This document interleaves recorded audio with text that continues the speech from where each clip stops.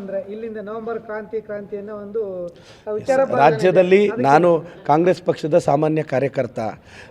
ಕ್ರಾಂತಿ ಏನಾಗುತ್ತೋ ನನಗೆ ಖಂಡಿತವಾಗೂ ಗೊತ್ತಿಲ್ಲ. ಹೈಕಮಾಂಡು ನನ್ನ ಮುಖ್ಯಮಂತ್ರಿಗಳು ಉಪಮುಖ್ಯಮಂತ್ರಿಗಳು ಏನು ತೀರ್ಮಾನ ತೊಗೊಂಡ್ರೆ ಅದಕ್ಕೆ ನಾವೆಲ್ಲರೂ ಬದ್ಧವಾಗಿರ್ತೀವಿ. ಬಟ್ ನಾನು ಜನತೆಗೆ ಹೇಳ್ತೀನಿ, ಇವತ್ತೊಂದು ವಿಶೇಷವಾದ ದಿನ.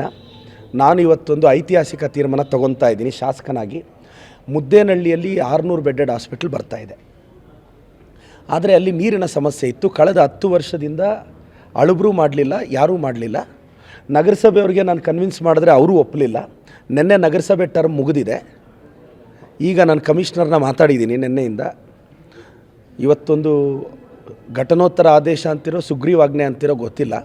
ಮುದ್ದೇನಹಳ್ಳಿಗೆ ಎಷ್ಟು ಅವಶ್ಯಕತೆ ಇದೆಯೋ ಅಷ್ಟು ನೀರನ್ನು ನಾನು ಹರಿಸೋ ಅಂತಕ್ಕಂಥ ಆರ್ಡ್ರನ್ನ ಇವತ್ತು ಅಥವಾ ನಾಳೆ ಮಾಡ್ತಿದ್ದೀನಿ. ಮುದ್ದೇನಹಳ್ಳಿ ಅನ್ನೋ ಕ್ಷೇತ್ರದ ಪರವಾಗಿ ಪ್ರದೀಪ್ ಈಶ್ವರ್ ಇದ್ದಾರೆ, ಚಿಕ್ಕಬಳ್ಳಾಪುರದವ್ರು ಇದ್ದಾರೆ ಅಂತ.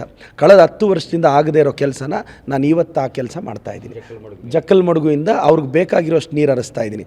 ಇದು ನಾನು ಮಧುಸೂದನ್ ಸಾಯಿಯವ್ರಿಗೂ ಅವರು ಆಶ್ರಮಕ್ಕೆ ನಾನು ಕೊಡೋ ಗೌರವ ಸರ್.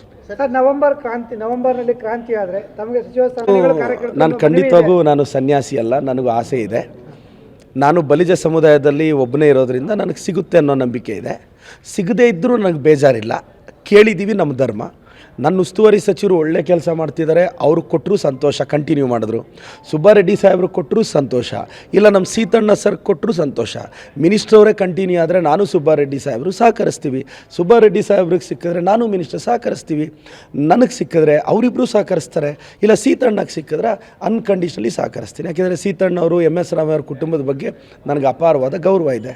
ಸೀತಣ್ಣವರು ಎಲಿಜಿಬಲ್ ಇದ್ದಾರೆ, ಅವ್ರಿಗೂ ಸಿಗಲಿ ಸಂತೋಷ. ನನಗೆ ಸಿಕ್ಕಿದ್ರು ಅವ್ರು ಆಶೀರ್ವಾದ ಮಾಡ್ತಾರೆ ಅಂತ ನನಗೆ ನಂಬಿಕೆ ಇದೆ ಸರ್. ಇವತ್ತು ರಾಜ್ಯಾದ್ಯಂತ ತಮ್ಮ ಬೆಂಬಲಿಗರ